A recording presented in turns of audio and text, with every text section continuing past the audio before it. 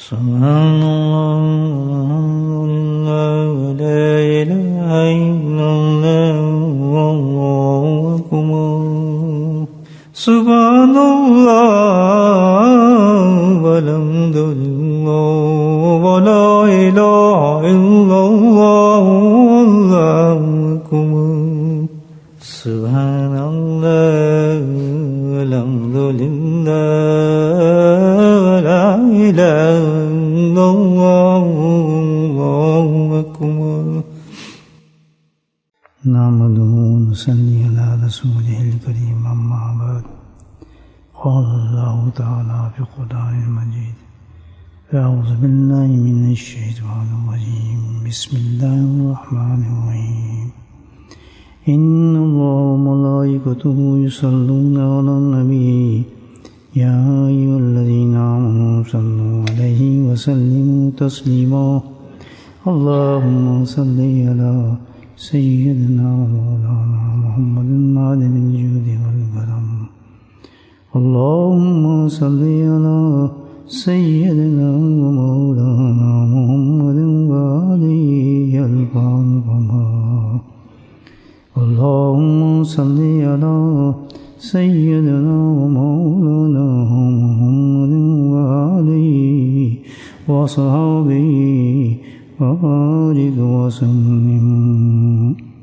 اما بعد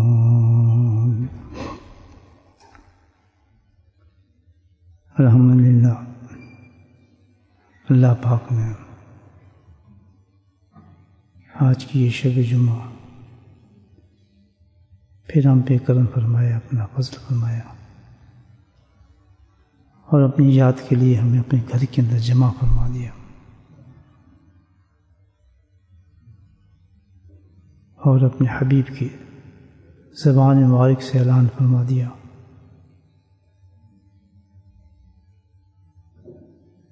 جس کا مفہوم ایسے ہے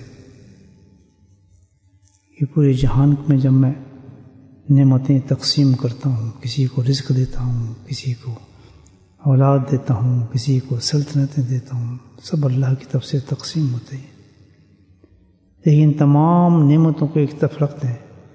سب سے بڑی نعمت یہ ہے کہ میں کسی بندے کو اپنے ذکر کی توفیق عطا فرماؤں۔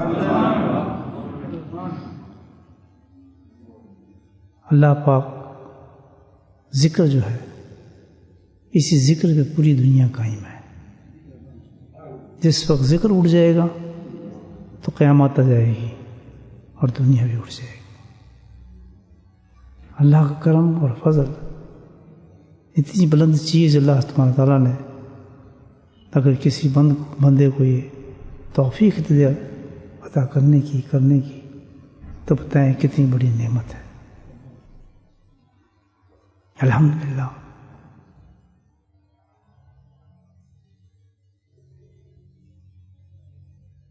اچھے اعمال بہت ہیں کرنے والے، یعنی لاتعداد اللہ تعالیٰ نے اپنے حبیب صلی اللہ علیہ وسلم کے ذریعے سے اعمال ہمیں بتائے ہیں، اور اگر بتائے ہیں تو یقین اس لیے بتائیں کہ ہمیں طاقت ہوگی وہ کرنے کے لیے، کہ اللہ سبحانہ تعالیٰ کوئی چیز ایسی نہیں ہے کہ بھئی وہ بتا رہا ہے، قرآن میں اعلان ہو رہا ہے، اللہ نے اعلان فرما رہے ہیں تو ایسی مخلوق کو بتا رہے ہیں جس میں طاقت نہیں ہے، نہیں، جتنے بھی اعمال بتائے ہیں اللہ تعالیٰ نے بندے کے لیے، تو سب کی توفیق بھی ہمارے اندر پیدا کی ہے، چپ لگائی ہے ہمارے اندر، ایسی چپ ہے کہ جب انسان کرنا چاہے تو سب کر سکتا ہے۔ تہجد مشکل ہی نہیں، اشراق مشکل ہی نہیں، جہریت مشکل ہی نہیں، تلاوت قرآن کی قرآن پڑھنا مشکل ہی نہیں، حج پہ حج کرنا مشکل ہی نہیں، اور دنیا کے اندر یہ مثالیں ملتی ہیں۔ کثرت ذکر کرنا مشکل ہی نہیں، اتنا مشکل نہیں۔ دیکھیں آپ کہ ساری رات عشاء کے بعد بیٹھتے ہیں ذکر کرنے، حضرت عثمان دامانی رحمۃ اللہ علیہ ہمارے شیخ ہیں، وہ بیٹھتے ہیں ذکر کرنے عشاء کے بعد، تو اب اندازہ لگائیں سردیوں کی راتیں کتنی بڑی راتیں ہوتی ہیں، تو صبح ان کو صبح کے وقت اذان کے وقت ان کو اٹھایا جاتا ہے کہ جناب آپ اٹھیں، نماز کی اذان کا وقت ہونے والا ہے. اس کا مطلب ممکن ہے جو اللہ نے کہا ہے کثیر ذکر. بہت اعمال اللہ تعالیٰ نے دیے ہمیں، بس ہم تو وہ ایک شعر ہے نا کہ ہم نہیں نادان تھے کہ چند کلیوں پہ قناعت کر گئے، پر ہم اس کا سکون یاد نہیں آ رہا کہ دینے کے لیے تو اللہ نے بے انتہا راستے کھول دیے ہیں، لیکن ہم نے اس میں چند کلیاں چن لی ہیں، بس اس سے آگے بڑھنا ہی چاہتے. تصورات اور خیالات بڑے بڑے ہیں ہمارے، یہ حور، یہ غزور، یہ جنت، ہاتھ اٹھا کے جو کچھ جو بھی خواہشات کو اظہار کر دیتے ہیں وہ ہمارا سمجھو، ہم جو ہاتھ اٹھا رہے ہیں بس ہمارا اتنی کافی ہے ہمارے لیے. اللہ نے یہ اسباب کی دنیا رکھی بھائی، اسباب ہے، کریں مانگیں دوں گا، وہ کریں نہ تو پھر مانگنے کی کیا ضرورت ہے اس کی. بتائیں آپ کام پہ جائیں نا، دکان کھولیں نا اور دعا کہ اللہ روٹی دے دے، مجھے کھانا دے دے، مجھے فلاں دے دے. آج تک تو کیسے ہوا نہیں، کوئی ممکن نہیں ہے اللہ کے نزدیک. تو اللہ تعالیٰ جو چاہے دے دے، لیکن اس نے اسباب کی دنیا بنائی. جب تک اس سباب کو اختیار نہیں کرو گے اور اس کے بعد پھر دعا نہیں مانگو گے اللہ تعالیٰ سے، تو وہ چیز کیسے میسر ہوگی اور کیسے مل سکتی ہے انسان کو بھائی. تو اتنے اعمال اللہ تعالیٰ نے، اتنے اعمال ہیں کہ جس کی کوئی حدی حساب ہی کوئی نہیں، اور وہ سب کرنے کے ہیں اور کرنے چاہیے، کیونکہ کل جو وقت آنے والا ہے بہت جلد وقت ہے، وہ بہت قریب ہے ہمارے. کل جو وقت آنے والا ہے جب ڈبے میں ہم بند ہو جائیں گے تو اس وقت پتہ چلے گا اوف اوف اوف، زندگی کا ہر لمحہ ہم کما سکتے تھے اور کوئی مشکل بھی نہیں. اللہ کے نبی اس میں ایک اعلان فرما رہے تھے، کتنی عجیب حدیث ہے یہ بھی، موضوع گفتگو یہی حدیث ہے ذہن میں. ارشاد فرماتے ہیں عمر بن عوف یا کوئی اور اس وقت یاد نہیں صحابی کا نام، تو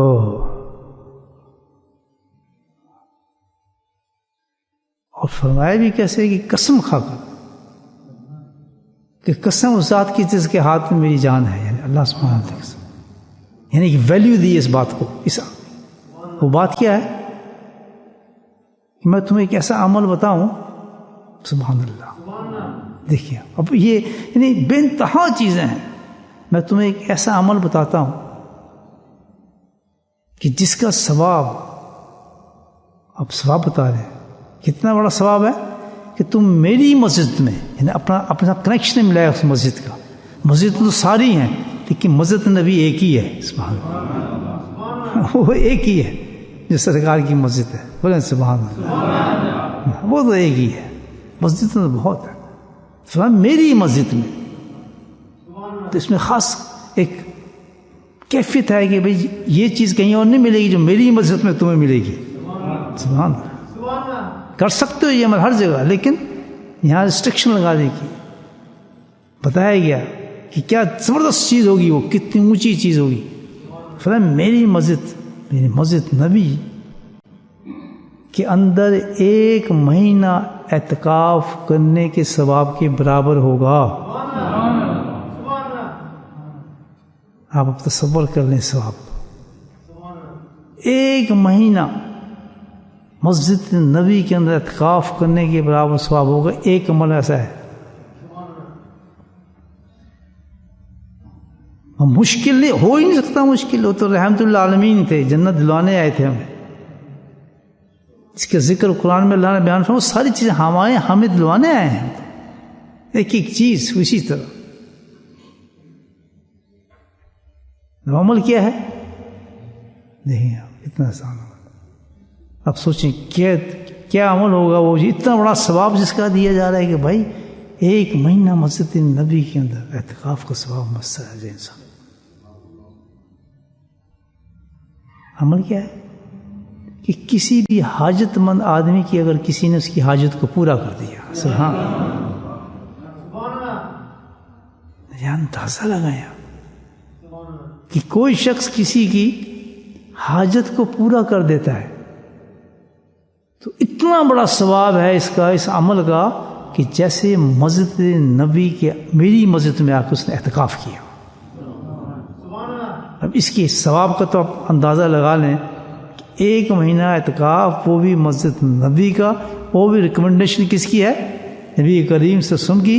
یعنی کیا مطلب کہ جس نے اس عمل کو کیا تو وہ ایسا اعتکاف ہوگا کہ ثواب چھوڑ دو، وہ ریکمنڈ ہو گیا، اس کا ثواب مل جائے گا۔ تو دیکھیں، جیسے ایک عام بات ہے، وہ تو ایک عام حدیث ہم سنتے ہیں کہ صبح کی نماز کے بعد بیٹھ کے جو اشراق تک ذکر کرے گا، دیکھیں کتنا بڑا اعلان ہوگا کہ جو ذکر کرے گا 1 حج 1 عمرے کا ثواب، 3 دفعہ فرمائے 1 حج 1 عمرہ، 1 حج 1 عمرہ، 1 حج 1 عمرے کا ثواب۔ کیا بات ہے بھائی، ہمیں طاقت نہیں ہے؟ طاقت تو اتنی ہے۔ اب آپ یہ حدیث دیکھیں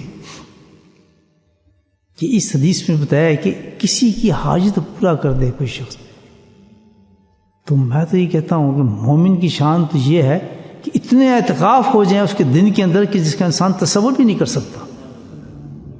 لیکن آپ تو نیک آدمی، ٹھیک ہے، میں اگر اپنے گریبان میں منہ ڈال کے دیکھوں،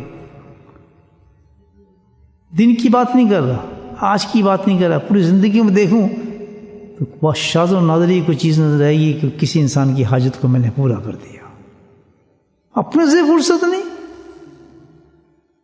اپنے آپ سے ہمیں فرصت نہیں، ہر چیز اپنی کی طرف آتی ہے انسان کی۔ اے میں یہ میں لے لوں، وہ بھی میں لے لوں، وہ بھی میں لے لوں، یہ بھی میں لے لوں، تو اپنے سے ہی فرصت نہیں ہر چیز۔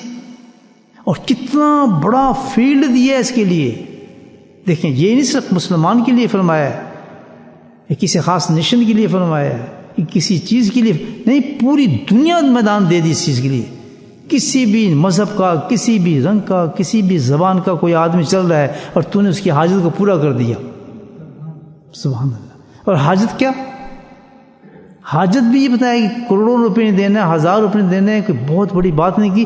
جو اس وقت اس کو ضرورت ہے، یعنی 1 گلاس پانی کی سخت ضرورت ہے اور تو نے اس کو پانی پلا دیا، پورا ثواب اس کو مل گیا۔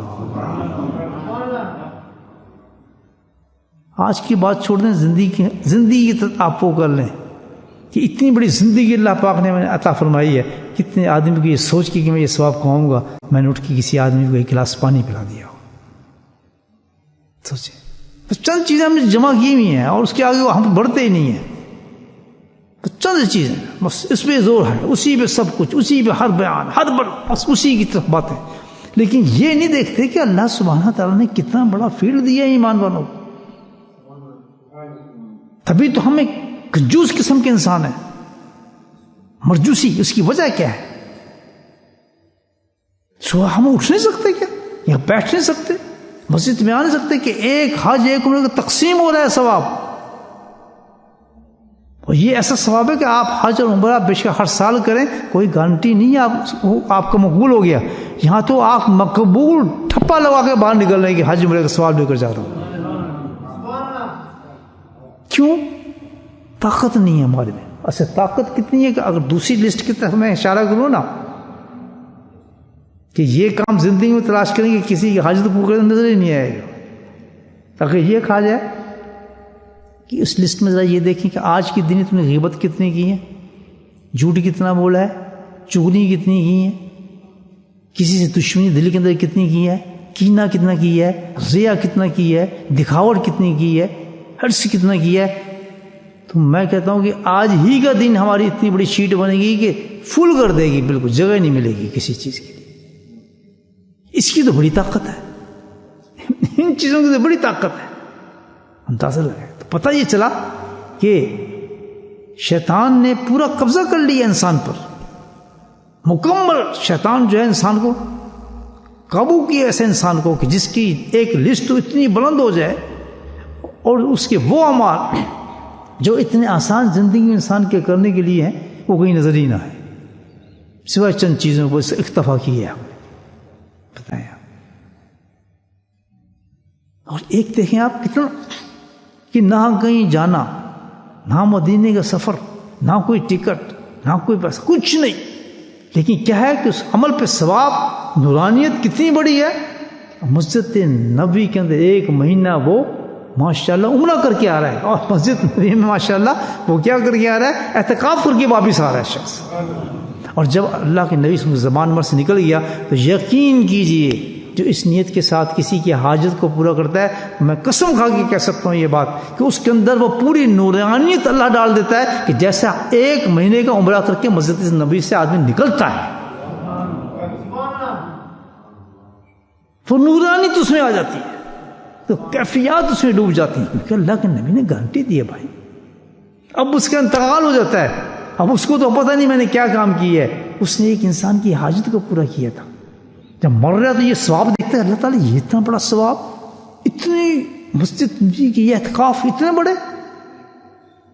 کہتے تو نے نہیں سنا تھا کہ اعلان کیا گیا تھا اس کے بارے میں, تو چند ہی باتوں کو طرف لگا تھا. اتنی چیزیں میں تو دینا چاہتا تھا تم لوگوں کو, تم نے اس کو قبول ہی نہیں کیا, اور طاقت بھی میں نے تمہیں دی تھی. دیکھیں بھائی, اب اسی عمل کو آپ دیکھ لیں کہ چیز کچھ کرنے کے لیے ہم کوشش نہیں. اب ضرورت کس کو نہیں ہے, باہر جانے کی ضرورت نہیں ہے, گھر کے اندر بھی آپ یہ دیکھیں, ہمارے بیوی بچے ان کو بھی ضرورت ہیں. آپ اگر یہ نیت کریں کہ آج میں اپنے اس بچے کی ضرورت کو پورا کروں گا, اپنی بیوی کی ضرورت کو پورا کروں گا, مجھے ثواب مل جائے گا, تو سبحان اللہ میں کہتا ہوں صبح سے لے کے رات تک اس قدر اعتکاف ہو جائیں گے جس کا آپ تصور بھی نہیں کر سکتے. لیکن جان بوجھ کے ہم گھر میں بھی اپنے ان کی ضروریات کو ہم کہتے ہیں نہیں تم ہی خود کرو, میں نہیں کرتا تم ہی کرو, نہیں امی جان آپ کر لیں کام. ان سے کہیں گے پانی مجھے پلا دو, فلاں چیز مجھے دے دو, فلاں یہ چیز دے دو, لیکن یہ نہیں دیکھتے کہ اگر ہم چاہیں تو ان کی ضرورت کو ہم پورا کر سکتے ہیں. کس کو ضرورت نہیں ہے؟ اس میں کوئی یہ تو نہیں کہہ رہا کہ آپ 1 لاکھ دیں گے تو اس کی ضرورت پوری ہوگی, یا کوئی اس کو مکان لے کے دیں گے تو ضرورت پوری ہوگی. کسی کی بات ایسی نہیں ہے. بس تلاش انسان یہ رکھے کہ اس آدمی کو اس وقت باہر نکلیں, دیکھیں, دوست ہیں, احباب ہیں, کوئی انسٹرکشن نہیں ہے, جاننے والے ہیں, غیر ہیں, نہیں جاننے والے, کسی قسم کی, لیکن یہ نیت انسان لے کے نکلے کہ یہ عمل میں نے آج زندگی میں نہیں کیا, آج کے دن یہ عمل میں نے ایک دفعہ ضرور کر لینا ہے. کوئی آدمی ملے گا نہیں ملے گا, کیونکہ اللہ تعالیٰ سنت الہی یہ ہے کہ جس وقت انسان کسی نیت کرتا ہے کسی عمل کی, تو اللہ تعالیٰ وسائل سامنے کر دیتے ہیں, اس کے وسائل سامنے آ جاتے ہیں, موقع فوراً مل جاتا ہے اس کو. آپ تجربہ کر کے دیکھ لیں کہ کسی عمل کے لیے آپ قدم اٹھانا چاہتے ہیں, اللہ تعالیٰ وسائل فوراً دے دے گا. آپ نے نیت کی نکلنے سے پہلے کہ اللہ تعالیٰ میں کسی احتجاج کے کسی بھی حاجت مند کے لیے میں کرنا تو چاہتا ہوں, میں ثواب کمانا چاہتا ہوں پورے کے عمرے کا, آپ کو دن میں کئی ایسے موقع اللہ تعالیٰ عطا فرما دے گا کہ آپ اس کی حاجت کو پورا کر سکتے ہیں. بڑے سبحان اللہ. یہ بات سمجھ آئی, ٹھیک ہے نا. لیکن ہم سے نہیں ہوتا, نہ ہم کوئی سوچتے ہیں, ہم سے سو اٹھ کے یہاں پہ ایک اعتکاف مسجد کے اندر بیٹھ کے ذکر ہی نہیں ہوتا. نہیں, ہم پہ بہت ضرور مصیبت ہے, ہمیں تو بڑی مشکل لگتی ہے. ہمارے یہ کیا وجہ ہے سب چیزوں کہ ایک اتنے اعمال جو اللہ نے دیے وہ کرنے ہمارے لیے مشکل ہو گئے, اور شیطانی اعمال جتنے چاہے ہم سے کرا لیں, ساری رات بیٹھ کے ہم سے نا ٹیلی فون پہ آپ دکھا لیں چیزیں, بیٹھے رہیں گے, 2-3 بج جائیں گے, تھکیں گے نہیں. تھکتا ہے کوئی آدمی؟ نہیں تھکے. اور پھر روتے بھی جائیں گے, جی پتہ نہیں کیوں ہم سے ہو جاتا ہے, پتہ نہیں کیوں. اس کی وجہ ہے, یہ سزا ہے. اب آج کے زمانے میں سب سے بڑی سزا ہے, یاد رکھیں. آج کے زمانے کی سب سے بڑی سزا ہے. وجہ کیا ہے کہ یہ جو کیفیات ہے انسان کی کہ ان اعمالوں کی طرف انسان بالکل مستنگا سے چھوڑ دے, تصور بھی نہیں, توجہ ہی نہ کرے ان چیزوں کی طرف کہ اللہ نے ہم نے آخرت میں جانا ہے اور ہمیں اتنی چیزوں کی ضرورت ہے کہ ہم یہ تمام چیزیں حاصل کریں. ان چھوٹے چھوٹے اعمالوں کو بہت بڑے اعمال سمجھیں, اور ان چیزوں کو جو بہت سخت خطرناک ہیں ان کو چھوڑنے کی ہماری کیفیت ہم کیوں نہیں کرتے؟ اس کی ایک ہر چیز کی کوئی وجہ تو ہوتی ہے, نہیں ہوتی, یہ نہیں ہوگی, ریزن تو ہے. تو اس کی ریزن ہے جو قرآن بھی بتاتا ہے, حدیث بھی بتاتا ہے. وہ کیا ریزن ہے کہ جب یہ کیفیت انسان کے اندر پیدا ہو جائے جیسے میں نے آج ہی ہم تزیہ کریں تو کوئی عمل ہمارا ایسا نہیں ملے گا ہم نے کسی کی حاجت کو اس انداز سے پورا کیا ہو. مکے میں بھی گئے ہوں گے، مدینے میں بھی گئے ہوں گے، بڑے بڑے سجدے بھی کیے ہوں گے، عبادتیں کی ہوں گی، لیکن ہمارے اندر موجود نہیں ہوگی. اس سے بہت سے اعمال ہیں، گند بہت ہے. اس کی وجہ کیا کہ جب یہ کیفیت انسان کے اندر پیدا ہو جائے تو پھر بتایا جاتا ہے، قرآن یہ بتاتا ہے کہ پھر سمجھ جائے وہ انسان کہ اس انسان کا باطن بہت گندا ہو گیا ہے. جس وقت انسان کا اندر گندا ہو جاتا ہے، باطن گندا ہو جاتا ہے، تو وہ اچھی چیز کو ایکسیپٹ نہیں کرتا. ہر چیز کے پیچھے ریزن ہوتی ہے بھائیو. پاگل تو نہیں ہے، ہم کو جہل بھی نہیں ہے، کوئی عقل بھی، سب کچھ ہمارے پاس، شعور بھی ہے، طاقت بھی، سب کچھ وسائل، لیکن کیا کہ اندر اتنا گندا ہو گیا ہے کہ شیاطین اور نفس نے اتنا قبضہ کر لیا اس کے اوپر باطنی پہ کہ وہ گند سے بھر گیا ہے، اندھیرا بالکل چھا گیا. ہمیں قدم ہی نہیں اٹھتے، ہم سمجھتے طاقت ہی نہیں ہمارے میں، اٹھیں صبح اٹھ کے جناب مراقبہ کریں، ذکر کریں. وہ اتنا آدمی کو اندر سے بالکل مجوز کر دیتا ہے. تو مفہوم ہے یہ قرآن و حدیث کا کہ اس وقت انسان کس حالت میں پہنچ چکا ہوتا ہے، اندر سے بالکل ٹوٹ چکا ہوتا ہے، باطن اس کا گندا مندہ ہو چکا ہوتا ہے. تو آج اس زمانے کے اندر کیا ہے، یہ کیوں پھیلا اتنا بڑا مرض کہ ہم نے جو لائن ہے اس کی گند کو صاف کرنے کے اندر کی تزکیہ، اس کی اہمیت ہی ختم کر دی. تو ہے ہی نہیں. رونا دھونا بہت ہوگا، تقریروں میں بھی، اس میں بیانوں میں بھی، درسوں میں بھی، ہر وقت ہوگا. بڑے بھائی باطن کو صاف کرنا چاہیے، باطن صحیح ہونا چاہیے، قلب کے اندر سب کچھ ہے اور قلب میں بیماریاں ہوتی ہیں. بہت ایک ایک گھنٹہ آپ تقریر کرا لیں، لیکن کوئی یہ نہیں کہتا. کبھی آج تک آپ نے سنا کہ آپ کسی ڈاکٹر کے پاس جائیں اور ڈاکٹر کے پاس جا کے آپ بیٹھیں، وہ کہے جی ہاں تمہیں یہ بھی بیماری ہے، یہ بھی بیماری ہے، یہ بھی بیماری ہے، بہت زیادہ بیماری ہیں، چلیں آپ چلے جائیں. آپ مطمئن ہو کے آ جائیں گے؟ جب بیماری بتائی جاتی ہے تو اس کے ساتھ فوراً ایک چیز ہوتی ہے کہ اس کا علاج کیا ہو سکتا ہے. پھر اس کا علاج ہی تو ہوگا نا کوئی.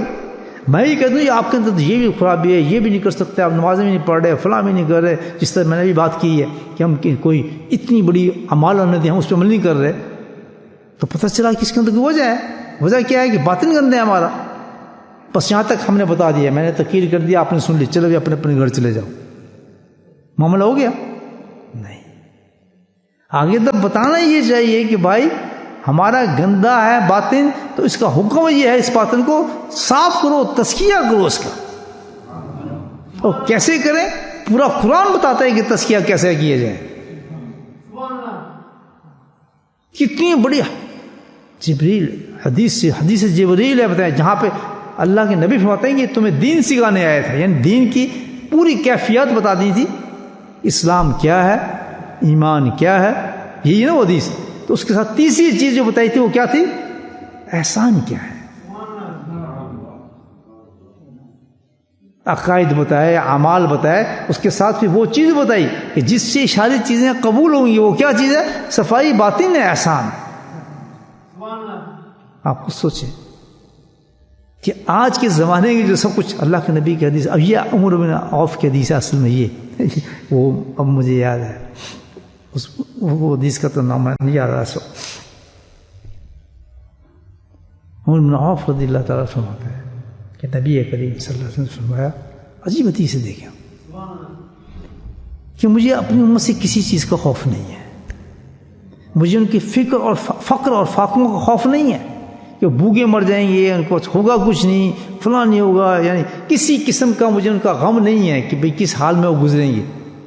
اصل مجھے ایک سب سے بڑا غم جو ہے، جو اصل ان کی تباہی کے پر جو تباہی کی طرف لے کے چلے گی، اور تباہی جس سے ہوگی، جس سے تباہ ہوں گے، اور جو آج ہم ہیں تباہی ہماری مکمل. آپ دیکھ رہے ہیں پوری قوم کی قومیں، ملت ہماری تباہ ہو چکی ہے. اللہ کے نبی نے پریڈکشن دی تھی اس پر، یہ مشکات کی حدیث ہے، آپ دیکھ لیں. وہ کیا چیز ہے؟ اس کا تعلق باطن سے ہے، تزکیے سے ہے. یعنی اشارہ یہ دے رہے ہیں کہ تزکیہ نہیں ہوگا اس وقت، اور بیماریاں جنم لے چکی ہوں گی. تزکیہ نہ ہونے کی باتیں بہت ہوں گی، تقریریں بڑے ہوں گے، درس بڑے ہوں گے، قرآن بڑے ہوں گے، لیکن عمل کچھ نہیں ہوگا. قرآن پڑھیں گے لیکن اس لیے کہ پڑھنے کے لیے، عمل کے لیے نہیں قرآن ہوگا. یہ وقت آ جائے گا کہ زمانہ. سنیں گے قرآن، سنیں گے لیکن عمل نہیں کریں گے. جبکہ اللہ تعالیٰ نے جو چیز عمل کے لیے دی، وہ عمل، ایک گاڑی آپ کو دی جاتی ہے، مرسڈیز گاڑی آپ کو دیتا ہوں کہ اس کی روز صفائی کریں، دیکھیں اور اس کو چمکائیں، یہ دیکھیں، لیکن چلائیں نہ آپ اس کو. مجھے بتائیں وہ مقصد پورا ہو رہا ہے گاڑی کا؟ چل رہے ہیں پیدل، آپ بارش میں بھیگ رہے ہیں، گاڑی نہیں چلا رہے. اللہ نے قرآن ہمیں دیا ہے، لیکن جب آپ گاڑی کو چلائیں گے نہیں تو سارے مقصد اس کے فیل ہو گئے. اس گاڑی کی قیمت فیل، اس کی ہر چیز فیل ہوگی، کیونکہ مقصد آپ پورا نہیں کرے. قرآن پہ جو چاہے آپ کچھ کر لیں، کتنے حساب کر لیں اس قرآن کے ساتھ. بہت رنگ ہے قرآن کے. قرآن کی جیسی کوئی چیز ہی نہیں ہے جو اللہ نے عنایت فرمائی ہے. قرآن سے بڑی کوئی چیز نہیں ہے الحمدللہ. تو جب اتنی بڑی چیز اللہ پاک نے ہمیں عطا فرمائی ہے تو اس کا مقصد بتایا ہے قرآن کا. جیسے کوئی گاڑی آپ کو دے، اس کا مقصد بتایا گیا، میں ایک گاڑی مرسیڈیز آپ کو اس لیے دے رہا ہوں کہ اس میں آپ سفر کریں. اللہ نے فرمایا کہ یہ قرآن میں تمہیں اس لیے عطا کر رہا ہوں کہ بہت رنگ ہیں، اس کی تلاوت بھی ہوگی، پڑھنا بھی ہوگا، اس میں لطف بھی آئے گا، اس سے بڑی بڑی رنگ ہوں گے اس قرآن کے اندر. لیکن سارے مقصد، سب چیزوں کا رنگ اس وقت آپ حاصل کر سکیں گے جب اس کا مقصد حاصل کریں گے. اور مقصد یہ ہوگا کہ اس پہ آپ نے عمل کرنا ہے. نشکات کی جہاں یہ حرام کہے گا اس کو حرام سمجھنا، جس کو حلال کہے گا اس کو حلال سمجھنا، جو حکام میں رہیں گے وہ حکام پہ چلنا. جس نے قرآن کو ایسے پکڑ لیا تو سارا رنگ قرآن کو اس پہ چڑھ جاتا ہے. علماء کرام ایسے بتاتے ہیں، جن پہ رنگ چڑھے نا قرآن کے، وہ تقریروں سے نہیں چلے، درسوں سے نہیں چڑھے، وہ کس سے چڑھے؟ اعمال سے چڑھے. ان کی زندگی کے اندر ہر لمحہ جو تھا وہ قرآن کو صفحات پہ تلاش کرتے تھے کہ اس پہ کیا حکم آ رہا ہے، اس پہ کیا حکم آ رہا ہے. اور اس کو اتنا آسان کر دیا اللہ تعالیٰ نے کہ ایسے ایسے علماء کرام پیدا فرمائے، جس کو آج امام بخاری کہتے ہیں، ابو حنیفہ کہتے ہیں، امام مالک کہتے ہیں. ایسی ایسی ہستیاں پیدا فرمائی کہ قرآن کے سارے رنگوں کو بکھیر کے رکھ دیا. عمل عمل عمل عمل سب قرآن سے نظر آئیں گے اپنے کرتے. تو یہی ہے کہ قرآن کے عمل کو ختم کرتے ہیں کہ اللہ کے نبی فرماتے ہیں کہ یہ بیماری نے جنم لیتی ہے، اس قسم کی بیماری جنم لیں گی کہ تزکیہ نہ ہونے کی وجہ سے کہ ہم اصل چیزیں بھول جائیں گے سب کچھ. تو فرمایا مجھے اپنی امت سے کسی اصل تباہی کا وجہ اللہ کے نبی بیان فرماتے ہیں کہ میری امت تباہ کیوں ہوگی، کس چیز سے تباہ ہوگی. آج جو ہماری تباہی ہوئی اس کی وجہ بتا رہے ہیں، وہ کیا ہے؟ باطن کی وجہ ہے. کیونکہ باطن سے جو بیماری نکلتی ہیں، اللہ نے فرمایا اس ایک بیماری کی طرف اشارہ فرمایا. کہتا ہے یہ ایسی بیماری ہے کہ پچھلی امت کو جو تباہی ہوئی تھی ساری امتیں، کتنی بڑی مثال دی ہے کہ جتنی بھی امتیں تباہ ہوئی ہیں اس حال میں پہنچ جاتی تھی کہ وہ اپنے باطن کو صفائی چھوڑ دیتی تھی، اور انہیں پھر بیماری جنم لینا شروع کر دیتی تھی. انہیں جو کتابیں دی، تورات، انجیل، زبور، وہ صرف گلے تک رہتی تھیں، اس پہ عمل نہیں ہوتا تھا. زندگی متضاد ہوتی تھی. جیسے میں قرآن پڑھ رہا ہوں، تلاوت کر رہا ہوں، لیکن جس چیز کو میں پڑھ رہا ہوں زندگی اس سے متضاد ہے. سود بھی لے رہا ہوں، بے حیائی بھی کر رہا ہوں، جھوٹ بھی ہو رہا ہوں، غیبت بھی کر رہا ہوں، کبر بھی کر رہا ہوں. پورے اس قرآن کے ہر صفحے کے خلاف میری زندگی ہے، میں اس کو پڑھ رہا ہوں، رٹ رہا ہوں. یہ بات سمجھ رہے ہیں بھائیو؟ میں رٹ رہا ہوں اس کو. مزہ تو ہے ہی قرآن میں.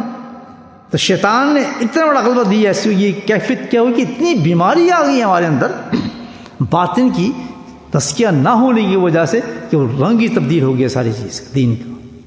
تو پچھلی امتوں کو مثال دی کہ ساری امتیں جتنی تباہ ہوئی ہیں، آپ پتہ دیکھیں آپ، کیونکہ سارے گناہ جنم اس وقت لیتے ہیں جب انسان کی باتیں خود مشرک اس وقت بنتا ہے، شرک اس وقت کرتا ہے، ہر کام اس وقت کرتا ہے کہ جس وقت اس کا باطن گندا ہو جائے. باطن گندا کب ہوتا ہے؟ کہ جب آپ حفاظت کسی چیز کی نہیں کریں گے، صفائی کسی چیز کی نہیں کریں گے تو ظاہر تو گندی ہو جاتی ہے. جب آپ کسی چیز کی صفائی ہی نہیں کریں گے تو آٹومیٹک ایسے وہ صحیح ہوگی. بھائی مجھے بتائیں، ایک گھر کو آپ دیکھنے، اب گھر میں آپ ویکیوم نہ کریں، کسی ہوور نہ کریں تو گھر کا رنگ ہی بدل جاتا ہے. 2 دن آپ جہاں بیٹھتے ہیں، جس کمرے میں آپ بیٹھ کے چائے پیتے ہیں، کھانا کھاتے ہیں، اس کی صفائی نہ کریں 2 دن، کیڑے چلنے نظر آ جائیں گے آپ کو وہاں. تو کیا اندر کے اندر جو ہم اللہ تعالیٰ ہمیں ڈالا ہے، جب شیطان کے اڈے جہاں لگے ہوئے ہیں، اس کو ہم صاف ہی نہ کریں کبھی، تو کیا اس میں بیماری پیدا نہیں ہوتی؟ یہی بتا رہے ہیں اللہ کے نبی صلی اللہ علیہ وسلم کہ اس قوم کے اندر انہوں نے اپنے باطنوں کو اتنا گندا کر لیا تھا کہ اس کے اندر اتنی بیماریاں آ گئی تھیں، شرک آ گیا، برائی۔ تو حقیقت میں فرمایا یہ جا رہا ہے کہ جب تباہی جب قوم کی ہوتی ہے، کسی انسان کی تباہی جب ہوتی ہے، وہ دین کا رنگ ہی بدل جاتا ہے، وہ جھوٹے دین کو اصل دین سمجھنے لگتا ہے، جس طرح آج ہم سمجھ رہے ہیں۔ مسجدوں کا اصل رنگ نہیں تھا ہمارے پاس، قرآن کا اصل رنگ ہمارے پاس نہیں رہا، نماز کی اصل حقیقت ہمارے پاس نہیں رہی، چند چیزوں کو لے کے ہم نے جمع کر لیا، اس پہ اکتفا کر لیا، اور اپنے ایک عجیب قسم کا ہم نے ایک مذہب بنا لیا، اپنا دین بنا لیا۔ وجہ یہ کہ وہ ختم ہی کر لی، اندر جو ہمارا گند پھیلا ہوا ہے اس کو مطمئن کرنے کے لیے اس گند کو وہ ہم کام اپنی مرضی سے کرتے رہتے ہیں، نہ کسی بات ہم سمجھ آتی، نہ کسی پہ ہم بلیو کرتے ہیں، باتوں میں بالکل بھی نہیں، کچھ بھی نہیں۔ یہ تزکیہ بھائی اتنی بڑی چیز ہے، تب تک اندر صفائی نہ ہوگی۔ تو فرمائے ساری وجوہات پوری پچھلی جتنی قومیں گزری ہیں، یہ مشکات کی حدیث سنا رہا ہو کہ جتنی بھی قومیں گزری ہیں اس کی وجہ صرف یہ تھی کہ ان کے باطن نے ان کو برباد کیا، اس میں ایک بیماری پیدا ہوئی۔ وہ کیا بیماری تھی؟ اور یہی بیماری کہتے ہیں میری امت کے اندر، میری قوم میں آئی، اور اس سے وہ تباہ ہوں گے۔ آج آپ کے سامنے ہے، پوری امت ہے آج آپ کے سامنے، یہ جو بند ہوئے نا ساری چیزیں، کرونا ہم کرتے ہیں نا، ہر چیز بسم اللہ ہوتی ہے یاد رکھیں، کائنات کے اندر ایک پتا بھی نہیں گر سکتا اللہ کے حکم کے بغیر۔ یہ کرونا کہاں سے آ گیا؟ کووڈ کیسے بن گیا؟ ایک جراثیم ختم ہونے کے بعد اسی جراثیم میں دوسری طاقت کیسے آ گئی؟ بے شک انسان بنا رہے ہوں یا آٹومیٹک، سب اللہ کی طرف سے۔ اللہ تعالیٰ شیطانی پیدا کرتے ہیں انسان کے ذہن میں کہ جب تو دنیا کو کس طرح تباہ کر، پھر وہ انسان دنیا کو تباہ کرنے لگتا ہے، کوئی ایسی چیز بناتا ہے جس سے دنیا تباہ ہونا شروع ہو جائے۔ ہمیں اس سے جھگڑا نہیں کہ کوئی یہ کر رہا ہے ہی نہیں کر رہا، لیکن اصل مسئلہ یہ کہ جو کچھ بھی کر رہا ہے باذن اللہ ہو رہا ہے، باذن اللہ ہو رہا ہے کہ میں اس طریقے سے ان لوگوں کو ختم کروں گا، ایسی بیماری انہی سے پیدا کرواؤں گا، ان کو دماغ میں ہی ڈال دوں گا یہ بیماری تم پیدا کرو تاکہ لوگ مرنا شروع ہو جائیں۔ تو اس میں اس مسئلے میں ہمیں جھگڑے کی ضرورت نہیں ہے کہ فلاں قوم کر رہی ہے، فلاں یہ کرے، ہمیں تو یہ کرنا ہے، کرنے والا جو ذات ہے وہ اللہ کی ذات ہے، وہ ہم سے ناراض ہو چکا ہے۔ ناراض کیوں ہو گیا؟ اللہ کے نبی نے فرمایا کہ میری جس امت میں جب وہ چیز پیدا ہو جائے گی جس سے پچھلی امتیں تباہ ہوئی تھیں، تو پیدا ہونے کی وجہ کیا ہوگی کہ ان کے جو اندر تزکیہ ختم ہو چکا ہوگا اور اندر بیماری جنم ہوگی۔ اس میں سے ایک بیماری کا ذکر فرمایا اللہ کے نبی نے، وہ کیا؟ ہرس، گریڈینس۔ گریڈینس کیا ہے؟ مال، دنیا، جھوٹ سے، فرار سے، ہر طریقے سے بس کوشش یہ ہوگی کہ پیسے میرے پاس آ جائیں، سود سے، جھوٹ دخصتوں سے، جھوٹے کلموں سے، جیبوں کو کاٹنے کے لیے جھوٹ، ایسے طریقے اختیار کریں گے پیسہ کمانے کے لیے کہ جس کا کوئی آدمی تصور بھی نہیں کر سکے، اور پھر کیونکہ اندر گند ہوگا اس کو جائز سمجھیں گے، پھر انہی پیسے کے ساتھ پھر عبادتیں کریں گے، بڑے بڑے کام دکھائیں گے کہ ہم تو یہ ہیں، ہم تو فلاں ہیں، ہم تو یہ ہیں، اور حقیقت میں سارا ان کے اندر جو ہوگا تو حرص اور لالچ سے ان کے اندر ساری کمائیاں جو کچھ بھی ہوگا حرام ہوگا، جھوٹ ہوگا، فراڈ ہوگا، بس ایک دنیا کا غلبہ اس پہ چھا جائے گا کہ دنیا دنیا دنیا۔ آج آپ یہ دیکھیں کہ ہمارے اسلامی ممالک کے حال کیا ہے، صرف حرص کے اندر پھنسے ہوئے ہیں، لالچ میں۔ اپنی پرسنل زندگی ہم اٹھا کے دیکھیں، یہ لالچ ہے جو تک انسان کو یہاں تک لے کے آتا ہے، صبح سے لے کے شام تک گریڈینس، لالچ، دنیا، ناسپاتی۔ یہ کیا ہے؟ کیوں پیدا ہوئی؟ اس لیے کہ باطن کی بیماری ہیں یہ ساری۔ دنیا جو تباہ ہو رہی ہے کس سے ہو رہی ہے؟ باطن سے۔ تزکیہ نہیں ہے۔ جیسے انسان تزکیہ شروع کر دے گا، الحمدللہ اندر کی صفائی شروع کرے گا، تو کیا ہوگا؟ ان تمام چیزوں سے انسان کو نفرت ہونا شروع ہو جائے گی۔ اب پھر وہ انسان کے اندر وہ کیفیات پیدا ہو جائیں گی کہ نور آ جاتا ہے نا۔ جب دیکھیں نا آپ صاف کریں کسی کمرے کو تو رونق آ جاتی ہے اس کمرے کے اندر۔ تو جس وقت آپ دل کو صاف کریں گے اپنے اس طریقے سے، جیسا قرآن نے بتائی یہ باتیں کہ اس طریقے سے آپ نے اپنے قلوب کو صاف کرنا ہے، اس طریقے سے آپ نے جو ہے اپنے اندر صفائی کرنی، اس طرح سے اس کو واش کرنا ہے آپ لوگوں نے۔ کوئی ہے آج جو ایسے ہی کام کر رہے ہیں؟ مجھے بتائیں بھائی. اگر ہم کسی شیخ کے پاس جا کے پیری مریدی کرتے ہیں، اس میں بھی یہ مقصد نہیں ہوتا ہمارا کہ ہم جناب اپنی صفائی کرنے آئے ہیں. نہ پیر صاحب کا یہ مقصد ہے نہ مرید کا یہ مقصد ہے کہ میں اپنی صفائی کرنے کے لیے آیا ہوں. حضرت نہ پیر صاحب ہی نہیں کہیں صفائی، نہیں تم تو بس ذکر کرو، ذکر کا بڑے ثواب ہیں، اس کا جی بڑا ثواب، بس ثواب گنوا لیں ہمارے سے، آپ عذاب بھی تو گنوائیں. جی بتائیں، عذاب بھی تو گنوائیں کہ کیسے ہو سکتا ہے آپ ثواب کما لیں کسی عمل کے ساتھ جبکہ آپ کا باطن گندا ہے. مجھے بتائیں کتنا زور لگایا جاتا ہے باطن کی صفائی کے لیے. مرید بھی اس لیے بناتے ہیں کہ اس میں ہماری شہرت ہو، دنیا گریٹ، یہ بھی ہرس ہے، لوگوں کو جمع کرنا یہ بھی ہرس ہے، پیر بننا یہ بھی ہرس ہے، بے مقصد ہر چیز کا، جب تک اس کا اصل نظر نہ آئے کہ واقعی آپ کسی پیر کے پاس گئے، آپ پہ رنگ رسول چڑھ گیا ہے، آپ کی کیفیت بدل گئی ہے، آپ میں نیک عمال کرنے کی شعور پیدا ہو گیا ہے، تو سمجھ جائے الحمدللہ میرا مقصد کامیاب ہو گیا، میں اچھے پیر کے پاس گیا ہوں اور میری زندگی ظاہر سے بھی تبدیل ہو رہی ہے اور اندر سے بھی تبدیل ہو رہی ہے. بولے سبحان اللہ. تب تو پتہ لگتا ہے. مجھے بتائیں یہ پوچھ تھوڑی سمجھ آ رہے ہیں یہ پڑھ لیں تو اتنا ثواب ہوگا، یہ کر لیں تو اتنا ثواب ہوگا، اتنا ثواب ہوگا. رکھیں سب چیزیں، ثواب تو اس وقت ہوگا جب آپ کا باطن صحیح ہوگا. ایک آپ یہ کمرہ ہے، اس کمرے پر آپ جناب یہاں بھی خراب ہوا ہے، ادھر سے بھی خراب ہوا ہے، آپ کیا کریں؟ ڈیمپ پہ، ادھر بھی دیوار پہ ڈیمپ پہ، ادھر بھی ڈیمپ پہ، آپ کہیں یار اس کا تو بڑا آسان علاج ہے، اس کے پاس پیپر پھر کر دو، پھر آپ پیپر کر دیتے ہیں، اس کے بعد پھر ڈیمپ نکل آتی ہے، پھر آپ پیپر کر دیتے ہیں، علاج ہو گیا؟ نہیں. جو صحیح کاریگر ہوگا وہ کہے گا نہیں اس طرح کرتے ہیں، پہلے اس کی ڈیمپ کو ختم کرتے ہیں تاکہ پرماننٹ اس کا علاج ہو. اس دیوار کی ڈیمپ ختم ہوگی اس کے بعد اس پہ پھر پیپر کریں گے، پھر یہ کبھی خراب نہیں ہوگا. تو اصل کام تو پیری مرید تزکیہ ہے، مرتبہ احسان ہے کہ میں اس کے پاس اپنے اس نیت سے جاؤں کہ میں نے اپنے اندر کی ساری باطنی بیماریوں ختم کرنا ہے. تو پھر تو الحمدللہ آپ کا ایک سبحان اللہ ہی کہنا کافی ہو جائے گا. حدیث میں آتا ہے کہ جس نے ایک دفعہ صفائی قلب کے ساتھ سبحان اللہ کہہ دیا تو اس کا میزان جو ہے، ترازو میزان، وہ آدھا بھر جاتا ہے، آدھا بھر گیا آپ کا. میں کہتا ہوں اس قدر اعمال دیے ہیں کہ جہنم تو ہمارے لیے بالکل ختم، تصور بھی نہیں کسی مومن کا کہ جہنم میں چلا جائے.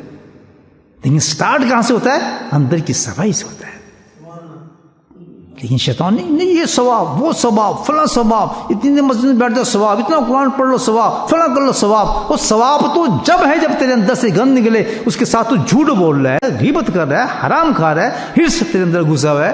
اللہ کے نبی فرماتے ہیں کہ ہرس نے تو پوری امتوں کو ختم کیا، تیرے اندر گھسا ہوا ہے. تو جانتا ہے کہ میرے اندر ہرس ہے، میں ایک مکان کے بعد دوسرا چاہتا ہوں، میں اس کے بعد یہ سیٹی چاہتا ہوں، اس کے بعد یہ چیز چاہتا ہوں. تو مطمئن ہوتا ہی نہیں کسی چیز سے، تو کیسے کہتا ہے کہ ثواب ثواب؟ کس ثواب کی بات کرتا ہے؟ میری باتیں تو بھائی ایسے ہی ہوتی ہیں. پھر ثواب تو میں بھی آپ کو بہت گنوا سکتا ہوں، پوری لسٹ دے سکتا ہوں ثواب کی. تو ثواب جتنا کہتے ہیں آپ ثواب. اب میں کہہ دوں یہ میں باتیں کر رہا ہوں، آپ کو سمجھا رہا ہوں، یہ ثواب ہے. ثواب تو اس وقت بنے گا اللہ تمہارا تو خبیر اور بصیر ہے، تک مجھے یقین نہیں ہو جائے کہ میری ہر بات کو اللہ دیکھ رہا ہے، سن رہا ہے. خبردار کو ایسی بات کروں کہ جو میرے دل میں نہ اور زبان سے آ رہی ہو اور دنیا کمانا چاہتا ہوں، ختم. حضرت کے پاس گیا، دیکھیں یہ ہوتے ہیں شیخ.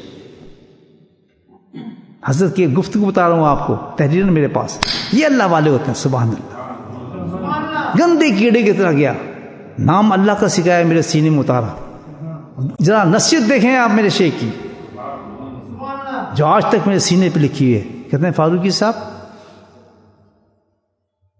نہیں بتا رہا ہوں، گفتگو سننے ذرا اللہ والوں کی. کہتے ہیں فاروقی صاحب چیز بہت قیمتی آپ کو مل گئی ہے. سبحان اللہ. چٹائی پہ بیٹھا ہے، میں قیمتی، میں لندن سے گیا ہوں، انگلینڈ سے گیا ہوں، دنیا ایک رنگین دنیا سے سب سے بڑی اس وقت دنیا کی سب سے بڑی، کہاں سے؟ لندن سے. لندن سے اچھی وہاں وہ یہ فلاں سنے وہاں. تو آپ ظاہر آپ اپنے ملک میں جائیں تو جوانوں کا کیا حال ہوتا ہے، جہاں اس کا نام لیں تو دنیا دنیا دنیا.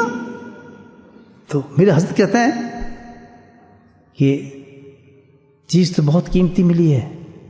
قیمتی کتنی ہے؟ فرمایا سبحان اللہ کہ جس نام کو تم نے اب سینے پہ لگا لیا ہے، اس نام کی اگر تم نے حفاظت کی تو اللہ سبحانہ تعالیٰ تمہیں اسی نام کی طرح بلند کر دے گا. سبحان اللہ. مگر اب یہ دیکھیں دوسری نسل، مگر ایک چیز کا خیال رکھنا، حرص سے دنیا نہ کرنا. سبحان اللہ. جس طرح اللہ والوں کے زبان پہ نبی کی زبان بولتی ہے، مجھے بتائیں آپ.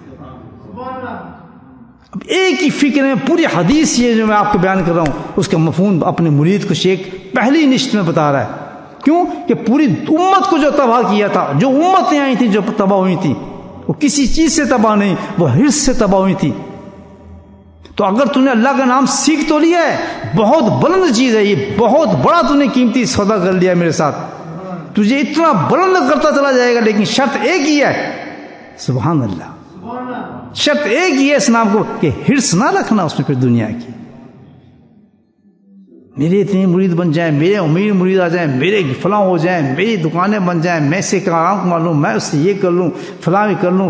کہتے یہ اگر تیرے اندر ہوا پھر اگلا فکر سن لیں. سبحان اللہ.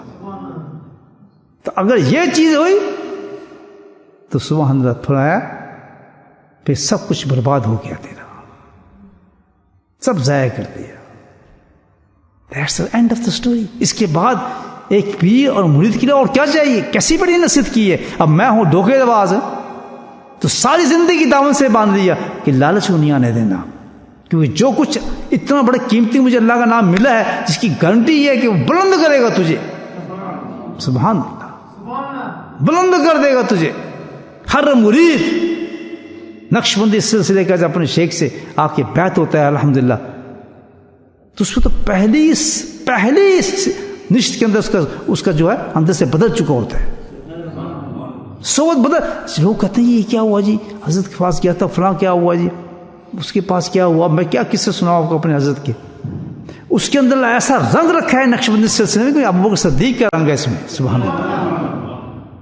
یہ صحبت کا سلسلہ ہے، یہ تقریروں کا سلسلہ نہیں ہے.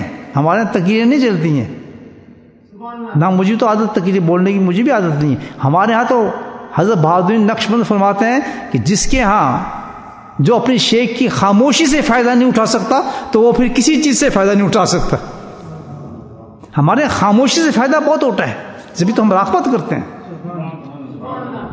ہمارے یہاں جو فیض ملتے ہیں نا وہ خاموشی سے ملتا ہے. وہ آنکھ بند کریں، کھینچ لیں جو کھینچیں، لیکن دونوں طرف جو مناسبت ہونی چاہیے شیخ کے مرید کی.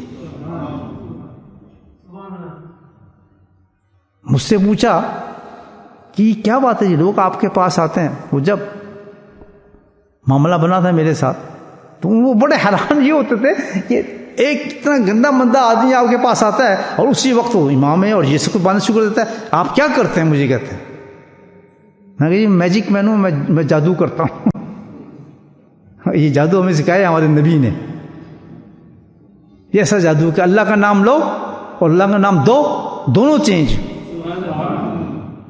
میرے بھائی ہو، یہ دنیا حیران ہوتی ہے اس چیز پر.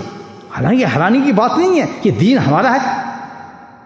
آپ تزکیہ کریں، دیکھیں دنیا کیسے بدلتی ہے. وہی اعمال جس کے بارے میں اللہ کے نبی فرماتے ہیں.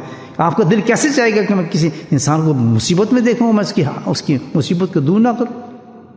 ایک انسان بیچارہ باہر کھڑا ہو، اس کو اٹھانے والا نہ ہو، بارش میں ٹھہر رہا ہو اور تم اپنی گاڑی پہ جا رہے ہو، تم اس کو اٹھا کے پوچھنا ہو تم نے کہاں جانا ہے، میں تمہیں ڈراپ کر دیتا ہوں.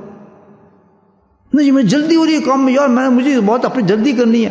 ہزاروں موقع ملتے ہیں ایسے کہ کتنے بڑے بڑے اعمال آپ کے پاس موجود ہیں. بس آپ کے لیے خدمت کی جائے. اپنے لیے تو سب کچھ مانگنے کے لیے ہم تیار ہیں، لیکن کسی کو دینے کے لیے انسان کوئی تیار نہیں. ابتدا بھی اس کی تزکیہ ہے، یاد رکھیں دین کی، اور انتہا بھی تزکیہ ہے. ورنہ صفر بٹا صفر ہو جائیں گے سارے اعمال آخرت کے اندر. اور کہاں سے ہوتی ہے؟ اسی مسجد کے کونے میں بیٹھ کے صبح تزکیہ کی جاتا ہے. یہ اصل ہے دین کی. یہ کوئی جادو نہیں ہو رہا، یہ کوئی تماشا نہیں ہو رہا، یہ پیری مریدی نہیں ہو رہی، بلکہ الحمدللہ یہ اس آدمی کا فیض ہے جس نے بتایا کہ یہ اللہ کا نام لیتے رہنا تم بلند ہوتے چلے جاؤ گے. اب آپ اس کو ضائع کر دیں، اس کو ختم کر دیں، اس کو معمولی سمجھیں، یہ تو پھر اللہ کی وہاں جا کر آپ سے حساب ہوگا کہ مسجد بھی تجھے دی، تم تو مسجد کو اپنے اپنے مقصد کے مطابق سمجھتے تھے، تو مسجد میں نے تمہیں دی اس لیے تھی کہ سارے اعمال تمہارے قبول ہو جائیں. ہاں بس جس مسجد میں جو قرآن پڑھا جائے وہ بھی قبول ہو جائے، درس بھی قبول ہو جائیں، ہر چیز قبول ہو جائے. میں نے اس عمل کے لیے اس مسجد کو تمہیں بنا کے دیا تھا، اور تم اسی پہ کہتے ہو ہم نہیں کر سکتے. یہ ہے تزکیہ. بات سمجھ رہے بھائی؟ تو اب اس چیز کو سمجھیں اصل بیماری ہماری کیا ہے، یہ کیوں تباہ ہو رہی ہے آج دنیا، کیوں اس طرح حالات ہوں گے. اس سے بڑے کرونے آئیں گے، بھی تو کووڈ آئیں گے، تباہی در تباہی آئے گی. تو روک کے دکھائے، بنائے جتنے ویکسین آپ نے بنائی بنا کے دکھائیں. آج ہی کسی نے بتایا مجھے کہ جناب ایک شخص نے ویکسین لگائی اور بڑے مطمئن ہو گئے بیچارے. آج 2 ہفتے کے بعد ایسے الٹے ہوئے اس سے کورونا سے کہ ہاسپٹل میں پڑے ان کے بہت برا حال ہے، دعا فرمانے کے. تو کہاں کی ویکسین پھر نہیں بتایا. جیسے ابھی ہم سکارف پہنتے ہیں، یہ سکارف میں پہنتا ہوں، یہ تو کچھ بھی نہیں ہے، کوئی گارنٹی ہے بچا لے گا مجھے کرونا سے. اگر کوئی یہ اس نیت سے پہنتا ہے کہ میں اس سے بچ جاؤں گا تو وہ تو شرک ہے. بس پھر کیوں پہنتے ہیں آپ؟ کیوں پہنتے ہیں؟ اس لیے کہ پیارے نبی نے فرمایا کہ اسباب قائم کرو اور توجہ مستقل اسباب کی طرف رکھو. کیوں جب اسباب نہیں کرو گے تمہیں کبر آ جائے گا، تکبر ہوگا تمہارے اندر کہ تم اللہ کے سامنے اکڑے کھڑے ہو کہ ہمیں کچھ نہیں ہو سکتا. یہ اکڑ یہی ہے باطن کی بیماری. جس کے باطن کمزور ہوتے ہیں نا وہ اتنے خائف ہوتے ہیں اللہ تعالیٰ سے، اتنے خائف ہوتے ہیں کہ اللہ تعالیٰ میں تو انتہا درجے کا مجرم انسان ہوں، تو مجھے تو سب سے پہلے یہ بیماری پکڑے گی، تو میں سب سے پہلے میں اپنے اسباب کو اختیار کرتا ہوں اور تیرے آگے التجا کرتا ہوں کہ تم مجھ سے بیماری سے بچا. فرق ہو گیا نہ. کسی کے بارے میں کوئی شکوہ نہیں کر رہا، لیکن کیا ہے کہ اسباب کو اختیار کرنا ہے. اور اللہ کے نبی نے پریکٹیکل چیزیں بتائی ہیں، لیکن مطلب یہ نہیں کہ کورونا سے مجھے بچا لے گی. اس کا کی ضرورت ہے یہ لکلاق مجھے بچا لے؟ تو بستروں کے گھروں کے اندر بھی آ سکتا ہے بیماری، کسی اور بیماری سے مار سکتے ہیں آپ کو. کل کو یہ نہیں ہوگا کہ ہم یہ پہنتے تو ہم بچے کیوں نہیں. وجہ نہیں ہے، وجہ یہ کہ آپ نے ایک سنت کے خلاف کام ہو گیا. اللہ کے نبی نے فرمایا کہ ہر چیز کا تم حفاظت کرو. ہم نے تمہیں عذاب دے رہا ہے، اس عذاب کا یہ ہے کہ ہم نے تمہیں اس کے عقل سے شعور سے بتایا بھی ہے کہ اس کی حفاظت اس سے ہوگی. تو تم یہ اسباب ہماری یہ ایک قسم کی دعا ہے اللہ تعالیٰ سے ہم کر رہے ہیں کہ اللہ تعالیٰ ہمیں بچائے اس. نہیں بات سمجھ میں؟ تو اور کیا نہ کرنا تو کپڑے لگ، یہی بیماری ہے سب سے بڑی. جھک جاؤ، عاجزی بہت بڑی چیز ہے. تو میرے بھائیوں، میرے گفتگو میں ایک ہی چیز تھی کہ اصل چیز جو ہے اپنی باطن کی طرف ہم توجہ کریں. سب سے بڑی جڑ ہر بیماری، جیسا کہتے ہیں نا کہ پیٹ جو ہے، اسٹامک ہر بیماری کی جڑ ہے. یہی کہا جاتا ہے نا اگر جس کا اسٹامک صحیح ہوگا تو کوئی بیماری اس کو لگتی نہیں. سب بیماری کی جڑ کون سی ہے؟ انسان کا پیٹ ہوتا ہے. تو اسی طرح ہر روحانی بیماری کی جڑ جو ہے وہ کیا ہے؟ باطنی کا گند ہے، تزکیہ نہ ہونا ہے. اور یہ اللہ کی فرماتے ساری قوم تباہ اس لیے انہوں نے تزکیے کو چھوڑ دیا تھا، کسی اور رنگ میں لے گئے تھے اس چیز کو. آج جب کسی اللہ والے کے پاس جائیں یا ہم پیری مریدی اختیار کریں تو اسی نیت سے یاد کریں کہ ہم نے اپنے آپ کو ان بیماریوں سے دور کرنا ہے، اور جس طرح وہ علاج بتائے اس کے علاج کے مطابق انسان کام کرے اور کرتا رہے. وہ کرتے سے تھکے نہ، کیونکہ یہی ایک راستہ ہے اور کوئی راستہ نہیں ہے. شیطان آ کے برائے گا بھی نہیں مزے نہیں آ رہا فلاں، کوئی نہ اس میں مزے کی ضرورت ہے، نہ کشف کی ضرورت ہے، نہ کلامات کی ضرورت ہے، نہ تصورات کی ضرورت ہے. صرف ایک چیز کی ضرورت ہے کہ جھوٹ نکل گیا، غیبت نکل گئی، حرص نکل گیا، نماز میں مزہ آنے لگا، تلاوت قرآن میں عمل ہونے لگا، تو سمجھو الحمدللہ ہمارا تزکیہ کامیاب جا رہا ہے. ہمیں کسی کشف کی ضرورت نہیں، ہمیں کسی خواب کی ضرورت نہیں، کیونکہ حقیقی زندگی میں پہنچ چکے ہیں. تو خواب کی دنیا ہے، کشف کرامات سب خواب کی دنیا ہے. ہم ایک حقیقی زندگی میں پہنچ چکے ہیں. لیکن اس کے لیے تو محنت چاہیے، باتوں سے نہیں آتا. نہ کہ مجھے بس اتنا ثواب ہو جائے گا، آپ یہ کر لیں، فلاں ہو جائے گا، فلاں کر لیں، بس یہ نہیں بھائی. میدان میں اترنا پڑتا ہے، آنا پڑتا ہے، محنت کرنی پڑتی ہے. خود آپ کا دل کہے گا کہ میں کسی کی ضرورت کو پورا کروں، کسی حاجت کو پورا کروں. لالچ نکل جائے گا، حرص نکل جائے گا انسان کے وجود سے. اللہ پاک ہم سب کو توفیق نصیب فرمائے کہ مرنے سے پہلے پہلے اپنی باطن کی طرف توجہ فرمائے، تاکہ سارے اعمالوں کے ثواب ہمیں مل سکیں ایک سے. اللہ تعالیٰ ہم سے ہمیں ثواب کے موقع دیتے ہیں، عمل کے موقع دیتا ہے. صبح سے شام تک جمعہ آ رہا ہے، کتنے بڑا موقع دیا اللہ پاک. آ رہا نہیں آ رہا؟ تو جمعے کا سب سے بڑا اہتمام کیا ہے مجھے بتائیں، کیا ہے سب سے بڑا اہتمام؟ اور کتنے لوگ آپ دیکھیں کل جمعہ یہاں لگے گی، آپ مسجد میں آئیں گے نا تو آپ دیکھ لینا میں جو بات کر رہا ہوں کہ جمعے کا اہتمام کیا ہے سب سے بڑا، کہ جو جمعہ پڑھنے ہے وہ رنگ رسول میں آئے صلی اللہ علیہ وسلم، اس کا لباس بھی ویسا ہو.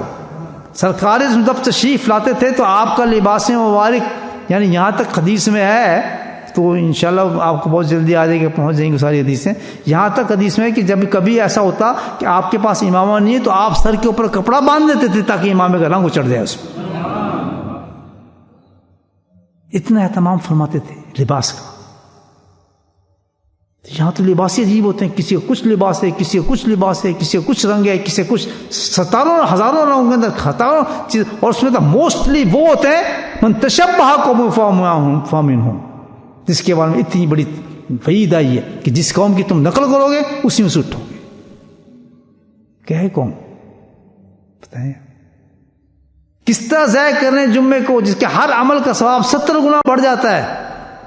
زندگی کتنے جمعہ ایک ہی قبول ہو جائے گا. سبحان اللہ. فرمایا کہ مسجد کے باہر کھڑے ہوتے ہیں فرشتے جو امامیں پہن کے آتے ہیں، ان پہ صلات بھیجتے ہیں، سلامتی بھیجتے ہیں امام والوں پر. لیکن امامہ کون پہن سکتا ہے؟ وہی جو تسیہ کرے گا تو اس کے اندر شعور پیدا ہوگا کہ اس کا ثواب کماؤں، میں اس کو معمولی نہ سمجھوں، اس کو چھوٹا نہ سمجھوں. کیوں کہ اس نے تزکیہ کیا تو اس کے اندر شعور آ گیا. اور جب تزکیہ نہیں ہے تو گند اتنا ہے، چھوڑو جی کیا ضرورت ہے، ٹوپی سے بھی تو ہو جاتی ہے، فلاں رنگ سے، اس سے کیا ہوتا ہے، یہ بھی کر رہے ہیں تو سب کر رہے ہیں، ہم بھی کر رہے ہیں، تو رنگ ہی بدل گئے ہماری مسجدوں کے،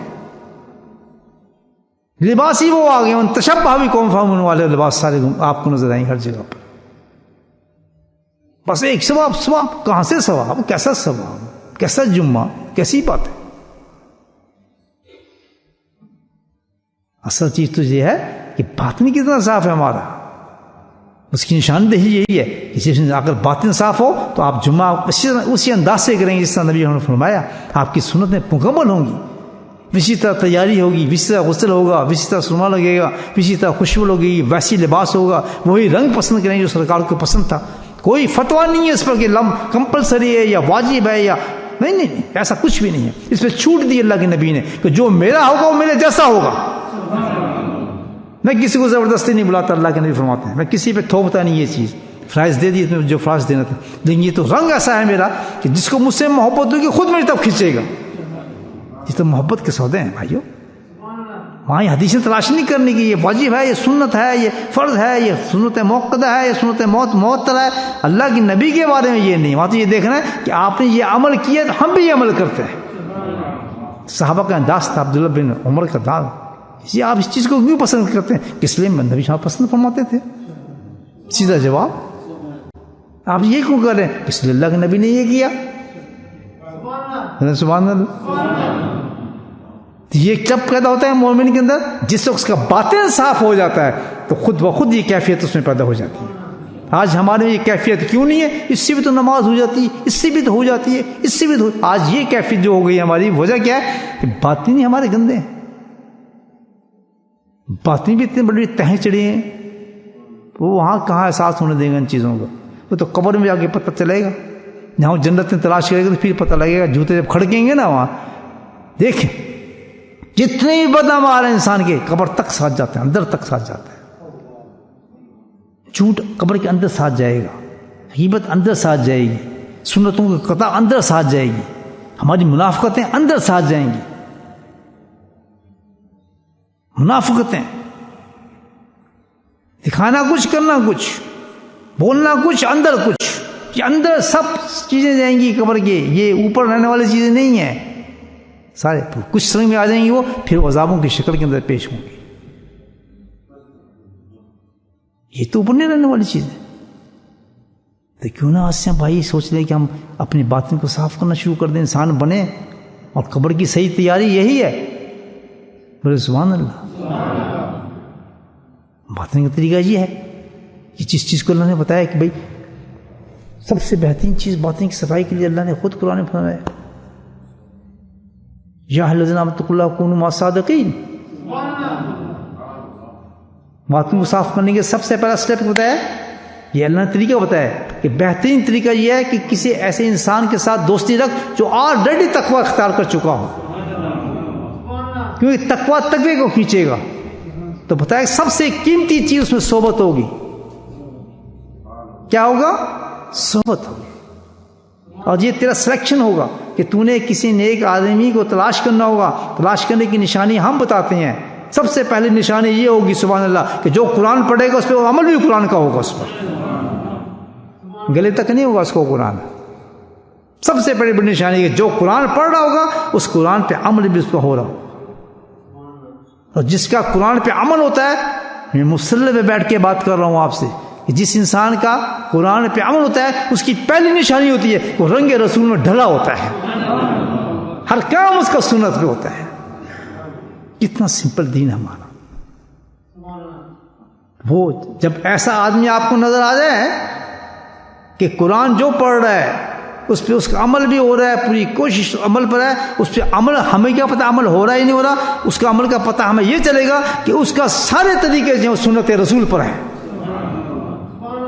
جب یہ چیز تجھے کسی میں نظر آ جائے، حضرت عائشہ صدیقہ کو بتایا، تو فوراً اس کا ہاتھ پکڑ لینا، وہاں کشف نہ دیکھنا، کرامات نہ دیکھنا، وہاں دعائیں نہ دیکھنا، وہاں مزہ نہ دیکھنا، فوراً اس کے دامن کو پکڑ کے چپک جا اور موت تک اس کے ساتھ چلا جا. بولے سبحان اللہ. تو پھر کیا ہوگا؟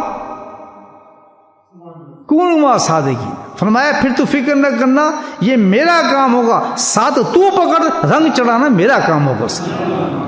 ویسی تو سچ بولے گا، ویسی تو قرآن پڑھے گا، ویسی تو تلاوت کرے گا، ویسی قرآن پہ تو عمل کرے گا، اور عمل تیرا نظر آئے گا تیری سنت پہ، تیرے جسم پہ، تیرے ہر ادا پہ سنت نظر آئے گی. تجھے شرم نہیں آئے گی سنت پہ عمل کرنے کے لیے، بالکل نہیں شرم آئے گا. چاہے دنیا کی کسی خطے میں بھی ہو تو کھل کے ہر کام، چاہے ہزاروں لوگ ناراض ہوتے ہوں، کروڑوں ناراض ہوتے ہوں، تیرے نزدیک یہ نہیں ہوگا اس لیے کہاں لکھا ہے جی، یہ کیسے ضروری ہے جی، فلاں کہاں ہے جی، فلاں تو یہ کہتے ہیں فلاں. بالکل یہ رنگ ختم ہو چکا ہوتا ہے. جس وقت جو قرآن پہ عمل شروع ہوتا ہے نا، اس کا یہ رنگ ختم ہو چکا ہوتا ہے. یہ تزکیہ ہے. تو پہلے ایسے انسان کے ساتھ دوستی رکھ، پھر جس کے بعد مجاہدہ شروع ہوگا. ایسے انسان کے ہاتھ پکڑنے کے بعد مجاہدہ شروع ہوتا ہے زندگی کا اصل پہ. بولے سبحان اللہ. اس کا کیا مجاہدہ ہے مرید کا؟ کہ ہر کام پھر اس نے وہی کرنا جو شیخ اس کو بتا رہا ہے. یہ نہیں جی یہ تو نہیں ہو سکتا ہمارے سے، یہ تو بڑا مشکل ہے جی، یہ میں کیسے کروں؟ نہیں، مشکل کو آسان کرنے کے لیے تو بہت بڑی چیز تمہیں دے رہا ہے شیخ. وہ کیا ہے؟ ذکر اللہ، جو ہر مشکل کو آسان کر دیتا ہے، اللہ کا نام. تو کثرت ذکر پکڑ، اور جو تیرا شیخ کہے، جہاں تجھے رکاوٹ ہے، یہ مشکل ہے، نفس تجھے مجبور کر رہا ہے، اور کثرت ذکر کر کے نہیں، یہ میں نے کر کے چھوڑنا ہے کام. یہ نفس مجھے ورغلا رہا ہے، شو اور ذکر کرتا ہوں، کیونکہ کثرت ذکر کی حد ہی کوئی نہیں. جہاں آپ اٹک رہے ہو یاد رکھیں اپنے شیخ کے بات آپ نہیں عمل کر رہے اس پہ، شیخ کی ضرورت نہیں پیچھے جانے کی، پوچھتا بھی نہیں ہے. پیچھے حرام کھائیں، سود کھائیں، کچھ اس کا کام ختم ہو گیا. اس نے آپ کو گائیڈ کر دیا، اس نے اللہ کا نام بتا دیا، اس نے آپ کو پورا سلیبس دے دیا. اب محنت آپ کی ہوگی. آپ کہتے ہیں بڑا مشکل. اب آپ کا کیا کام ہے کہ کوئی کام آپ شیخ کے عمل کے مطابق یا اس کے کہنے کے مطابق نہیں کر رہے. یاد رکھیں یہ بات، آپ نہیں کر رہے تو پھر کیا ہے؟ وہ شیخ کو راضی نہیں کرنا، اللہ کو راضی کرنا ہے. پھر آپ سمجھ جائیں کہ پھر ابھی میرے ذکر میں کمی ہے، پھر آپ ذکر کو اور بڑھائیں، پھر بھی اور بڑھائیں، جب تک وہ کام آپ سے ختم نہ ہو جائے اس کو بڑھاتے رہیں ذکر. علاج واحد اس کا یہی ہوگا ذکر. کہ میں شیخ کی بات کیوں نہیں ماننا؟ اس نے کہا چیز حرام اس کو چھوڑ دے، میں کیوں نہیں چھوڑ رہا؟ یہ لالچ دنیا کیوں ہے میرے اندر؟ یہ ہرس کیوں موجود ہے؟ جب تک ہرس موجود ہے تو میرا فیل ہو رہا ہوں میں. جس مقصد کی میں آتا ہوں میرا مقصد پورا نہیں ہو رہا. I should do something. تو اس کے لیے کیا علاج بتایا ہے؟ وَاذْكُرُوا اللَّهَ كَثِيرًا لَعَلَّكُمْ تُفْلِحُونَ. جب تک تو کامیاب نہ ہو جائے ذکر کرتا ہی رہے. اس کو ایسے کرنا ترجمہ، جب تک کامیاب نہ ہو ذکر نہ چھوڑنا. بھئی یہ چیز غلط ہے، مجھ سے کیوں ہو رہی ہے بار بار؟ میں یہ نہیں یہ دعا کر دو یہ ہو جائے گی، بس وہ فیل ہو گیا آدمی، وہ تو پھر ڈرامہ ہے، وہ کامیاب نہیں ہو سکتا. بس سمجھ آئے گی کتنا آسان ہے کہ ہمیں کسی شیخ کے پاس جانا ہے، شیخ کے نشانی بتا گئی، اور اس کے بعد ہم نے جا کر، اور یہ جو ثواب ہو گیا تو خدا کی قسم رب کعبہ کی قسم یہ جھوٹ ہے، یہ فراڈ ہے، یہ غلط ہے ساری باتیں، میں قسم کھا کے کہتا ہوں نہیں ہو سکتا ثواب، حرام کی کمائی سے ثواب نہیں ہو سکتا حج پر اور عمرے پر. میں آپ کو صحیح بتا رہا ہوں، یہ حدیثیں ہیں. یہ کیوں اس پہ ہمیں یقین ہو گیا ان باتوں پر؟ کیوں ہمیں یقین آ رہا ہے ان باتوں پر کہ میں جھوٹ بولتا ہوں، حرام کماتا ہوں، غلط کیا گلے میں کرتا ہوں، غلط چیز کرتا ہوں، فراڈ کر رہا ہوں، میں کیسے کہہ سکتا ہوں یہ کہ بھائی مجھے ثواب ہو رہا ہے یہ کرنے پر، مجھے ثواب ہو رہا ہے اس کام پر؟ How can be? یہ دھوکہ ہے، شیطان کا بہت بڑا دھوکہ ہے. آنکھ کھولنا ہو اپنی، میں بھی اور باقی لوگ بھی. غلط کام کے بعد یہ نہیں ہو سکتا کہ ہم ثواب کسی چیز سے کما لیں. ثواب تو بہت ہے، میں تو پتا ہے سبحان اللہ ہی کافی ہے ہماری زندگی کے لیے. سبحان اللہ ہی کافی ہے جو پورے میزان کو بھر دیتا ہے. کتنے لوگوں کو سبحان اللہ میزان کو بھرتا ہے؟ مجھے بتائیں کتنے لوگوں کو بھرتا ہے؟ میں آپ کو کہتا ہوں سبحان اللہ کریں جی میزان بڑھ گیا آپ کا. میں کیوں جھوٹ بولوں آپ سے؟ میں کہوں گا صرف اسی کا میزان بڑھے گا جس نے اپنے باطن کو صاف کیا ہوگا. میں کیوں جھوٹ بولوں آپ سے؟ اپنی دکان چمکانے کے لیے، اپنا مال اپنے آپ کو اونچا کرنے کے لیے میں جھوٹ بولوں آپ کے سامنے کہ میں بڑا نظر آؤں آپ کو؟ تو خود بیمار ہے وہ. تو جو ایسی باتیں کرتا ہے انسان وہ خود بیمار ہے. اس لیے جب تک انسان کی باتیں اس کیفیت نہیں بنتی کسی چیز کا ثواب اس کو نہیں مل سکتا. میرے بھائیو، اللہ سبحانہ تعالیٰ اعمال کو اسی طرح توڑے گا. کتنے بڑے بڑے اعمال سامنے پیش کریں گے تو اللہ تعالیٰ اس میں سب سے پہلے کہے گا پتہ ہے اس میں میرے لیے میرا مال کون سا ہے؟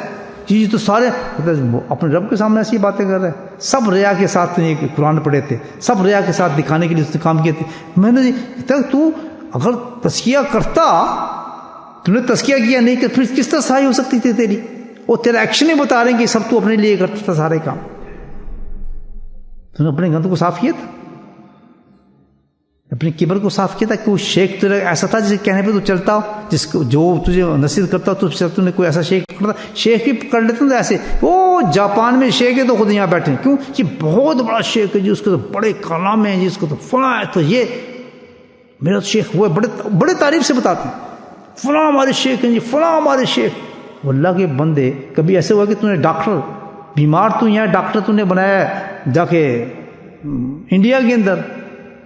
کوئی آج تک آدمی ایسا نظر آیا آپ کو؟ مجھے بتائیں کہ آپ یہاں ہیں اور ڈاکٹر آپ کا جی پی کہاں پر ہے؟ انڈیا میں، آپ کے گاؤں کے اندر ہے. یہ کیسے ہوتا ہے؟ یہ بھی نفس ہے کہ بڑا آدمی کوئی ہو میرے نام کے ساتھ تاکہ میں کہوں جی میں تو اس کا مرید ہوں. اللہ کے بندے، ہم نے اللہ کو راضی کرنا ہے. اللہ چاہے تو جہاں سے ہمیں دے دے، کسی کی جوتوں سے فیض دے دے. نیت تو ہماری صحیح ہو. ہم تو چاہیں کہ ہم اپنے باطن کو صحیح کر سکیں. تو یہ ہے آج حالات جا رہے ہیں ہمارے ساتھ، بڑے خطرناک حالات جا رہے ہیں. کبھی بیماریوں کی شکل میں، کبھی افراتفری مچی ہے پوری دنیا میں، فساد مچا ہوا ہے پوری دنیا میں. فساد جس کے لیے قرآن نے کہا تھا وقت آ چکا، آنکھوں سے دیکھ رہے ہیں. آپ دیکھیں ہر چیز ختم ہوتی جا رہی ہے. آج بھی ہم اللہ سے توبہ کر کے اپنی زندگی کو بدلیں اور قرآن کے مطابق اپنی زندگی کو رکھیں. 4 لائنیں تلاوت کریں، صرف 4 لائنیں تلاوت، پھر فکر کریں کہ یار اس پہ میں نے کتنا عمل کرنا ہے. سبحان اللہ، قرآن رنگ دے دے گا آپ. غلط ہے صحیح ہے بھائیو، بڑی چیز یہی سب سے بڑی چیز ہے، سب سے بڑی دعوت ہے کہ اپنے آپ کو، اپنے اندر کو صاف کریں. صاف کرنے کی چیزیں پورے ذرائع جو بتائے گئے قرآن میں، ان ذرائع کو استعمال کریں. اس کے بعد پھر اعمال کریں، جو چاہے عمل کریں. پھر عمل اتنے دے دیے اللہ پاک نے جس کی انتہا کوئی نہیں ہے، جس کی انتہا کوئی نہیں ہے، اتنے عمل دے دیے. تبلیغ کریں، درس میں جائیں، قرآن سنیں، تلاوتیں کریں، جو چاہے پھر کریں، لیکن سب جب اندر سے صفائی شروع کریں گے پھر رنگ چلنا شروع ہو جائے گا. تو اتنا سے پیغام ہمیں قرآن دیتا ہے. اللہ پاک ہم سب کو اس پر عمل کرنے کی توفیق نصیب فرمائے. بسم اللہ الرحمن الرحیم. الحمدللہ رب العالمین، الصلاۃ والسلام علی سید المرسلین شفیع المذنبین توبہ و یاسین الحبیب الامین اللهم صل على سيدنا مولانا محمد النبي الأمي أزواجه وذرياته وأهل بيته كما صليت على إبراهيم وعلى آل إبراهيم إنك حميد مجيد وسلم تسليما دائما أبدا كثيرا كثيرا. اللهم اغفر لنا ذنوبنا وظلمنا وحصلنا وجدنا وخطأنا وعمدنا كل ذلك لنا. اللهم اغفر لنا ما قدمت وما أخرت وما أسررت وما أعلنت وما صرت وأنت أعلم به. أنت المقدم وأنت المؤخر ولا إله إلا أنت لا إله إلا أنت سبحانك إني كنت من الظالمين. يا حي يا قيوم برحمتك نستغيث. يا حي يا قيوم برحمتك نستغيث. يا حي يا قيوم برحمتك نستغيث. ربنا ظلمنا أنفسنا وإن لم تغفر لنا وترحمنا لنكونن من الخاسرين. يا مصرف القلوب صرف قلوبنا على دينك. يا مصرف القلوب ثبت قلبي على دينك. ربنا لا تزغ قلوبنا بعد إذ هديتنا وهب لنا من لدنك رحمة إنك أنت الوهاب. اللهم أعنا على ذكرك وشكرك وحسن عبادتك. اللهم أعنا على ذكرك وشكرك وحسن عبادتك. اللهم أعنا على ذکرک و شکرک و حسن عبادتک. یا ارحم الراحمین ہمارے گناہوں کو معاف فرما. یا اللہ ہم سب کی بخشش فرما. یا اللہ جو کچھ بھی تیری تو نے جو میرے مولا ہم سے سنوایا اور جو تو نے ہمیں میرے مولا ہمیں باتیں ہم تک پہنچائیں میرے مولا اپنے فضل و کرم سے ان پر ہمیں عمل کرنے کی توفیق نصیب فرما. یا رحیم یا کریم ہماری باتوں کو صاف و مصفا فرما دے. اے میرے مولا منافقت نکال دے. تمام عیب ہمارے سینے سے نکال دے. یا اللہ جو بھی وسائل ہیں کرنے کے لیے میرے مولا وہ سارے وسائل ہمیں عطا فرما. وہ سارے اسباب ہمیں عطا فرما. یا اللہ تمام اسباب کو ذریعے میں عطا فرما. میرے مولا ان پہ استقامت نصیب فرما. پابندی نصیب فرما. اے میرے مولا تیری مدد سے سب کچھ ہو سکتا ہے. ولا حول ولا قوت الا باللہ. یا اللہ تو ہمارے اس معاملات میں مدد فرما. یا اللہ تو اپنی مدد فرما. تو اپنے کرم فرما اور رحم فرما میرے مولا. اور تمام غزائل سے ہمارے سینوں کو پاک فرما دے. یا رحم الراحمین تو اپنے فضل و کرم سے یا اللہ ہمارے ماں باپ کی بخشش فرما. یا اللہ تمام امت کی بخشش فرما. یا اللہ تمام چیزوں سے ہماری حفاظت فرما. موذی بیماریوں سے یا اللہ جنات سے شرور سے فتن سے تمام چیزوں سے میرے مولا تو ہی سب سے بہتر حفاظت کرنے والا ہے. یا اللہ تو ہی ہم تو درخواست کرتے ہیں میرے مولا اپنی پناہ عطا فرما. یا اللہ تمام چیزوں سے جو حضرات اس وقت بیمار ہیں جنہوں نے اپنی بیماریوں کے لیے دعا کے لیے کہا ہے ان کے لیے دعا فرمائے. اللہ تعالیٰ کو شفا کاملہ عاجل نصیب فرمائے. اور خصوص ہمارے جو ہلکے کے بیمار ہیں جو حضرات ان کے لیے بھی دعا فرمائے. اللہ تعالیٰ کو جلد سے احتیاط کرے ان کی بیماریوں کو دور فرمائے. اور ہمارے مسجد کے جو بڑے خادم ہیں سلمان قبلہ صاحب جو زندگی نے اپنی خدمت میں گزاری ہے ان کے اہلیہ شریک ہاتھ آج اللہ کی رحمت میں پہنچ چکی ہیں. ان کے لیے خاص دعا فرمائے. اللہ تعالیٰ ان کے درجات کو بلند فرمائے. آج قبر کی پہلی رات ہے. یا اللہ اس پہلی رات میں ان کو وہ انعام عطا فرما کہ ان کی قبر جنت کی کیاری بن جائے. اور خامد نے جو بھی خدمت کی مسجد کی اور جو انہوں نے تعاون کیا اس کے لیے اپنے خامد کے لیے میرے مولا آج وہ اپنی آنکھوں سے اس کا اجر دیکھ لیں میرے مولا. یا اللہ ان کے درجات کو بلند فرما. اور جو حضرات بھی مسجد کی خدمت کرتے ہیں جس انداز سے بھی جس طرز سے بھی اس تمام خدمات کو تو قبول فرما. یا اللہ تمام خدمات کو تو ان کی قبول فرما. یا اللہ اس مسجد کو آباد اور شاد فرما. یا اللہ نمازیوں سے اس مسجد کو یا اللہ ہمیشہ پھول فرما. یا کریم ہر فتنے سے ہر شر سے اس مسجد کو پاک اور صاف فرما. یا اللہ اس گھر کی ہمیں تقدس عطا فرما. ہمیں شکر عطا فرما. ہمیں شکر گزار بندہ عطا فرما کہ تو نے اتنی عظیم شان ہمیں تو مسجد عطا فرمائی ہے اور جس میں بیٹھ کے ہم ذکر و شکر کرتے ہیں میرے مولا. تیرا بڑا کرم ہے کہ تو نے ہمیں اتنی بڑی جگہ عطا فرمائی اپنے ذکر کے لیے. جس مقصد کے لیے تو نے اس مسجد کو بنایا میرے مولا آج اس مسجد کو تو نے اسی طرح رونت بخشی ہے کریم. یہ مسجد میں تیری ذکر کرنے والے جماعت موجود ہے میرے مولا. یا اللہ سب نے ہاتھ پھیلائے ہوئے میرے مولا ان کو بھی ذاکر بنا دے. ان کے خاندان والوں کو بھی ذاکر بنا دے. ان کی اولادوں کو بھی ذاکر بنا دے. یا اللہ ان سب کو جہاں جہاں دنیا کے اندر اس مجلس میں شامل ہیں اور ہاتھ اٹھائے ہوئے میرے مولا ان کے پورے خاندانوں کو ذاکر بنا دے. یا اللہ تو اپنے فضل و کرم سے اپنے حبیب کے صدقے سے ان کی یاد کے صدقے سے میرے مولا ہماری ساری دعاؤں کو قبول فرما. وصلی اللہ تعالیٰ علی خیر خلقہ محمد وآلہ وصحبہ اجمعین برحمتک یا ارحم الراحمین. سبحان ربک رب العزة عما یصفون وسلام علی المرسلین والحمد للہ رب العالمین.